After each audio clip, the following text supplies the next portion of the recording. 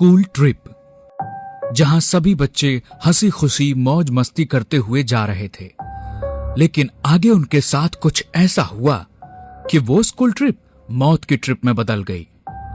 आइए जानते हैं कि आखिर ऐसा क्या हुआ उन बच्चों के साथ।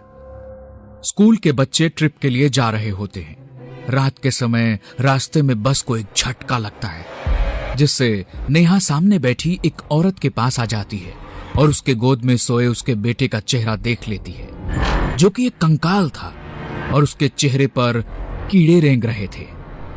दिल्ली के स्कूल से नैनीताल के लिए एक स्कूल ट्रिप पर जा रहा होता है, जिसमें सभी बच्चे हंसते नाचते जा रहे थे। धीरे धीरे रात बढ़ने लगती है और बस अब नैनीताल के पहाड़ों पे चलने लगती है और बच्चे नाच रहे थे कि तभी अचानक ही ड्राइवर ब्रेक लगा देता है। क्या हुआ ड्राइवर, ऐसे बीच रास्ते में बस क्यों रोक दी? मैडम जी, वो देखो एक औरत जो बस के सामने आ गई है। मदद जी, मेरी मदद करो।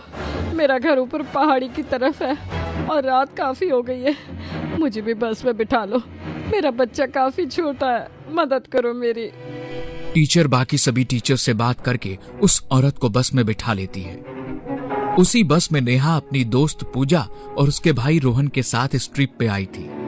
नेहा थोड़ी देर पहले तक नाच और खेल रही थी, लेकिन उस औरत के आते ही उसको कुछ अजीब सा लगने लगता है। लेकिन उस पर ध्यान न देकर नेहा वापस से खेलने कूदने लगती है। तभी बस को एक झटका लगता है, जिससे औरत ने अपने बच्चे को जिस कपड़े से ढका हुआ होता है वो खुल जाता है और नेहा वहीं पास में खड़ी थी, तो वो बच्चे को देखने की इच्छा से औरत के पास जाती है और बच्चे के चेहरे को देखते ही जोरों से चीखने लगती है।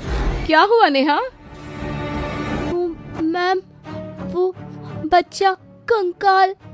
क्या कहना चाहती हो, क्या हुआ है? नेहा डरते डरते कहती है, मैम वो बच्चा नहीं है, वो कंकाल है। नेहा की बात सुन सभी हैरान हो जाते हैं और उस औरत को देखने लगते हैं। तभी वो औरत हंसते हुए अपने बच्चे का चेहरा खोलकर सभी को दिखा देती है और वो एक नॉर्मल सा बच्चा ही था। नेहा, वो देखो बच्चा ही तो है। देखो, तुम्हें ही देख रहा है। सभी लोग अपनी अपनी जगह पर बैठ जाते हैं और नेहा भी अपनी सीट की तरफ जाने लगती है और जाते जाते वो बच्चे को दोबारा देखती है। इस बार बच्चा बिल्कुल नॉर्मल दिख रहा था। नेहा भी शांत हो जाती है और सभी फिर से मौज मस्ती करने लगते हैं। तभी औरत कहती है, बस मैडम जी, यहाँ ही रोक दीजिए बस। और वो औरत बस से उतर जाती है और जाते वक्त उसके बच्चे का खिलौना बस में ही गिर जाता है, जो रोहन उठाकर अपने पास रख लेता है। उसके जाने के बाद नेहा जब खिड़की से उस औरत को देखती है तो वो बस के पीछे की तरफ जा रही होती है और तभी अचानक ही औरत अपना सर घुमाकर नेहा को देखने लगती है और एक शैतानी हंसी हंसती है। तभी नेहा अपनी टीचर को देखने को कहती है। तभी वो औरत अपना सिर वापस से घुमाकर नीचे की तरफ को ही जाने लगती है। मैम, मैं सच कह रही हूँ, वो बिना घुमे ही पूरा सर घुमाकर मुझे देख रही थी। नेहा, मुझे लगता है तुम कुछ ज्यादा ही थक गई हो।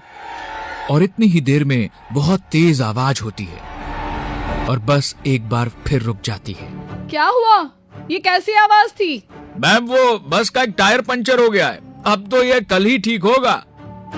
सभी टीचर्स आपस में बात करते हैं और पास के एक होटल में रुकने को कहते हैं। सभी बच्चे डिनर करके सोने के लिए अपने अपने कमरे में जाने लगते हैं। नेहा, पूजा और पूजा का भाई एक ही रूम में रहने वाले थे, क्योंकि पूजा का भाई काफी छोटा था, इसलिए पूजा उसको अपने साथ ही रखती है। और इस वक्त रोहन के पास वही खिलौना है जो उस औरत के बच्चे का था। रोहन उस खिलौने के साथ तब से खेल रहा था और तीनों अपने कमरे में आ जाते हैं।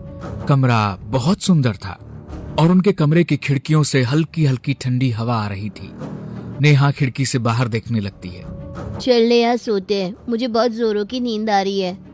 ऐसा कहकर दोनों सोने के लिए लेट जाती हैं, लेकिन रोहन अभी भी उसी खिलौने से खेल रहा होता है और अकेले ही उस खिलौने से बात कर रहा होता है। रोहन, चल सो जा, इस खिलौने को रख दे, कल खेल लेना।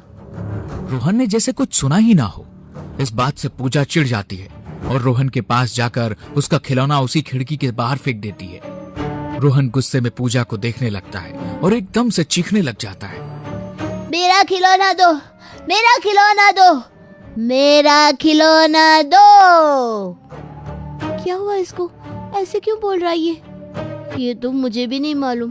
जब से यहाँ आया है तब से उसी खिलौने के पीछे पड़ा हुआ है। रोहन चुपचाप एक कोने में बैठा बैठा रोने लगता है। वो मेरा खिलौना था, वो मेरा था, वापस दो मुझे अब। रोहन चुपचाप आकर सो जा, बहुत हो गया तेरा ड्रामा। इतने में ही उनके रूम की लाइट बंद हो जाती है। चारों तरफ एकदम अंधेरा हो जाता है और तभी नेहा कहती है, पूजा लगता है लाइट चली गई है। हाँ रुक, मैं टॉर्च ऑन करती हूँ। जैसे ही पूजा टॉर्च ऑन करके नेहा को देखती है तो वो बेड पे लेटी हुई थी। तभी वो रोहन को देखने जाती है, लेकिन रोहन वहाँ नहीं था। नेहा, रोहन यहाँ नहीं है। तो वो कहाँ गया? अभी तो यही था। तभी दोनों भागते हुए खिड़की के पास जाते हैं और उन्हें रोहन खिड़की से कूदकर जाते हुए दिखाई देता है। दोनों बिना कुछ सोचे रोहन के पीछे चल देती हैं। रोहन, कहाँ हो तुम? इधर आओ वरना टीचर से बहुत डांट पड़ेगी। कमरे में वापस चलो, अब मैं तुम्हें नहीं डांटूंगी। रोहन ने पहले तो ऐसा कभी नहीं किया, अचानक ऐसा क्या हो गया उसको? तभी दोनों देखते हैं रोहन आसपास कहीं नहीं है और दोनों जंगल के बीचों बीच थी, लेकिन रोहन दूर दूर तक कहीं नहीं दिखाई दे रहा था। तभी दोनों को रोहन की आवाज आती है और उसी डायरेक्शन में जाने लगती है। दोनों देखती हैं कि एक गड्ढे में से आवाज आ रही है। दोनों उस गड्ढे के पास जाती हैं और देखती हैं कि उसमें तो वही खिलौना पड़ा हुआ है जिससे रोहन खेल रहा था और उसी खिलौने से आवाज आने लगती है। दीदी बचाओ मुझे, यहाँ से निकालो मुझे यहाँ अकेले डर लग रहा है। ये तो वही खिलौना है ना, उस औरत के बच्चे के पास था। हाँ, जाते वक्त ये खिलौना रोहन ने उठा लिया था, लेकिन इस खिलौने से रोहन की आवाज कैसे आ रही है और रोहन है कहाँ? कुछ तो अजीब है यहाँ। तभी जोरदार चीख के साथ वो खिलौना गड्ढे में से गायब हो जाता है और ये देख दोनों वहाँ से भागने लगती हैं और भागते हुए वो एक घर के पास पहुँचती हैं। पूजा, इस घर में चलो, हमें इनसे मदद लेनी चाहिए। दोनों उस घर के अंदर जाती हैं। घर बिल्कुल वीरान पड़ा हुआ होता है। कोई है घर में? हमें मदद चाहिए। तभी उस घर में से वही औरत निकल कर आती है। क्या मदद चाहिए बच्चों? तुम यहाँ? हाँ, ये मेरा घर है। बोलो क्या चाहिए तुम्हें? मेरा भाई इन जंगलों में कहीं खो गया है, उसको ढूंढने में मदद चाहिए। मैं कहीं नहीं जा सकती, मेरा बच्चा घर पर अकेला है। तभी नेहा की नजर बच्चे के हाथ पे जाती है जिसके पास रोहन जैसा ही एक और खिलौना था। ये देख नेहा उस बच्चे के हाथ से वो खिलौना छीन लेती है। ये तुमने क्या किया? वापस दो जल्दी से। ये मेरे बेटे का है, तुम्हें इसकी सजा जरूर मिलेगी। ये खिलौना तो रोहन के पास भी था। कहाँ है रोहन? क्या किया है तुमने उसके साथ? तभी औरत की गोद में बच्चा रोने लगता है और वो बच्चा रोहन होता है जिसकी आंखें अब लाल लाल हो रखी थी। और ये देख नेहा उस खिलौने को घर के बाहर फेंक देती है। रोहन उल्टा दीवार पे चलते हुए घर से बाहर चला जाता है और वो औरत देखते ही देखते खौफनाक चुड़ैल में बदल जाती है और हवा में उड़ते हुए दोनों के पीछे पड़ जाती है। पूजा और नेहा वहां से भागते भागते घर के बाहर आ जाते हैं जहां उन्हें रोहन भी दिखाई दे जाता है, लेकिन अब वो एक खिलौने में बदल चुका था। पूजा और नेहा दोनों अपनी जान बचाते हुए जंगल से बाहर जाने लगते हैं कि तभी पूजा को रोहन की आवाज आती है। दीदी, मुझे यहाँ छोड़कर मत जाओ, मेरे पास रुक जाओ तुम भी। देखो ना मुझे कितनी चोट लगी है, मुझे बहुत दर्द हो रहा है दीदी। पूजा, वो रोहन नहीं है, मत जाओ आगे, वो तुम्हें भी मार देगी। वो चुड़ैल है, रोहन को उसने पहले ही मार दिया है, अब वो तुम्हें भी मार देगी। मत जाओ उसके पास।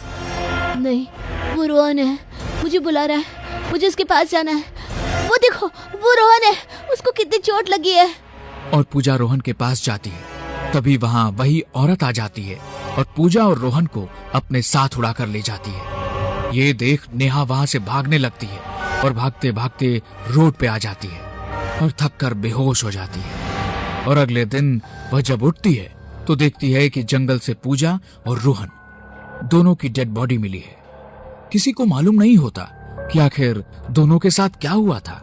तभी उस गांव का एक आदमी कहता है कि यहाँ जंगल में एक औरत अपने बेटे के साथ रहा करती थी और एक दिन होटल बनाने के लिए कुछ लोग उसकी जमीन को कब्जे में करने के लिए गए और उसके मना करने पर उसके बेटे और उसको पहाड़ से फेंक कर मार दिया था। तब से उसकी आत्मा यहाँ पर आने वाले बच्चों को मार देती है और अपने साथ ले जाती है। अगर इस बारे में पहले पता होता तो शायद स्कूल वाले ट्रिप लेकर यहाँ नहीं आते और ना ही पूजा और रोहन की जान जाती। तभी नेहा देखती है रोहन का खिलौना उसकी लाश के पास है और उसकी आंखें चमक रही है।